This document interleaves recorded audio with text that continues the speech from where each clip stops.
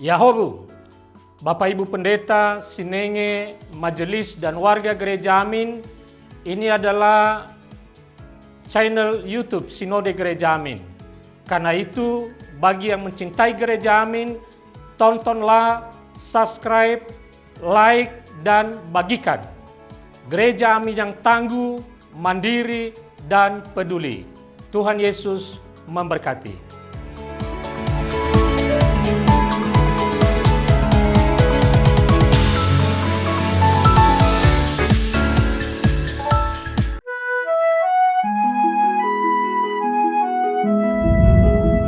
Sahabat DKB, senang datang kembali jumpa dengan Anda dalam acara Wasiat Kekal berupa renungan firman Tuhan yang memandu kehidupan kita. Saya, Pendeta Arlianus Larosa.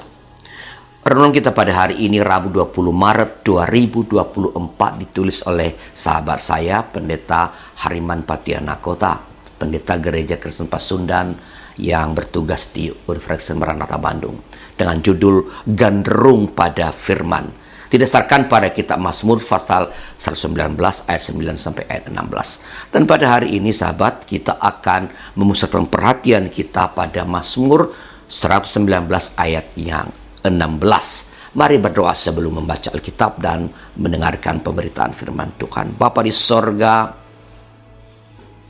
terima kasih atas firman-Mu yang berkenan Engkau sampaikan kepada kami pada hari ini. Biarlah firman ini menolong kami untuk mengerjakan apa yang harus kami kerjakan dalam hidup ini. Pakai seluruh kru YKB untuk menjadi alat dalam tangan Tuhan, supaya penyampaian dari firman Tuhan ini boleh tiba, boleh sampai di ruang-ruang setiap kami dengan baik. Terima kasih Bapa, dalam nama Tuhan kami Yesus Kristus. Amin. Saya akan bacakan ayat yang ke-16 dari Mazmur 119. Demikian firman Tuhan. Aku menggemari ketetapan-ketetapan-Mu, firman-Mu tidak akan kelupakan. Sahabat, dunia membutuhkan orang-orang yang berkualitas, bukan hanya dalam hal intelektual, melainkan juga moral spiritual. Pintar saja tidak cukup. Dunia butuh orang yang bijak. Kalau hanya pintar, manusia tentu akan kalah dari mesin pintar yang dibuat manusia sendiri, akan kalah dengan komputer. Salah satu tanda orang bijak adalah dia hidup dengan rasa cukup. Merasa cukup itu pertama-tama bukan soal makanan dan minum.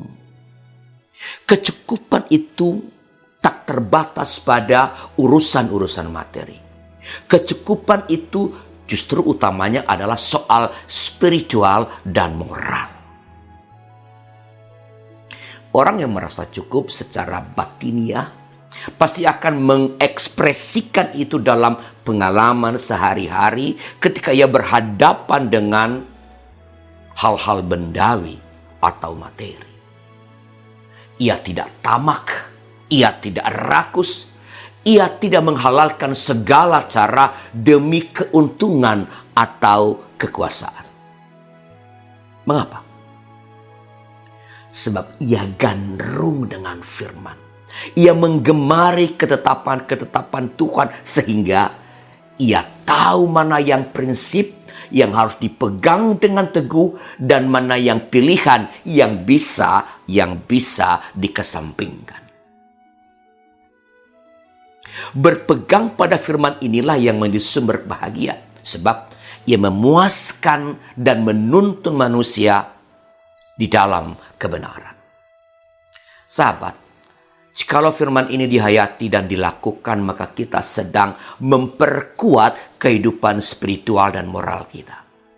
Dengannya kita tidak hanya menegaskan bahwa manusia itu lebih cerdas dan unggul dari buatannya sendiri, mesin pintar, komputer, tapi sekaligus menempatkan diri kita sebagai orang penting dan bahagia. Mengapa?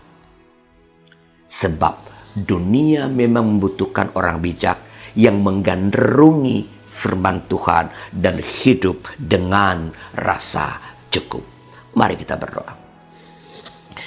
Tuhan, kami bersyukur atas firman-Mu yang mengingatkan kami agar kami boleh menjadi anak-anak Tuhan yang arif, yang bijaksana, yang bisa memilah-milah dan memilih mana yang prinsip yang harus kami pegang, yang kami tidak boleh tawar-menawar atasnya, dan mana yang pilihan-pilihan yang bisa kami sisihkan, bisa kami lepas. Berikan kami terus hikmat itu ya Allah, supaya dengan demikian kami dapat melakukan segala sesuatu itu sesuai dengan kehendak Tuhan, berpegang pada firman Allah, dan oleh itu kebahagiaan yang telah Engkau sediakan bagi setiap kami dapat kami raih, dapat kami rasakan. Tuhan, kami berdoa untuk para guru yang mengabdikan dirinya untuk menyiapkan anak-anak kami dalam meraih masa depan, dalam mengabdikan hidupnya bagi Tuhan lewat gereja, di tengah-tengah masyarakat, dalam profesi-profesi mereka kelak, bahkan dalam kehidupan bernegara.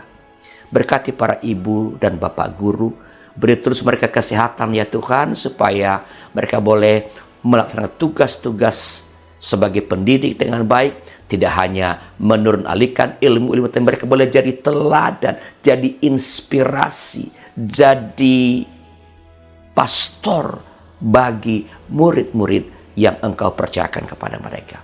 Biar dengan itu mereka sungguh-sungguh dapat menyiapkan masa depan gereja, masa depan bangsa dan negara kami. Berikan mereka kesehatan. Cukupkan semua yang mereka butuhkan melalui pemerintah bagi guru-guru yang adalah abdi negara, dan melalui yayasan-yayasan bagi guru-guru yang mengabdikan diri melalui lembaga pendidikan milik swasta. Berikan kepada para pengurus yayasan kemurahan hati dan kearifan, sehingga kebutuhan dari ibu dan pak guru ini boleh tercukupkan dengan baik, sehingga mereka boleh berkonsentrasi untuk menjalankan fungsi mereka sebagai pendidik. Terima kasih Bapa, dalam nama Tuhan kami Yesus Kristus. Amin. Demikian sahabat renungan kita pada hari ini. Jangan lupa subscribe, like, dan bagikan kepada sebanyak mungkin orang. Tuhan memberkati saudara.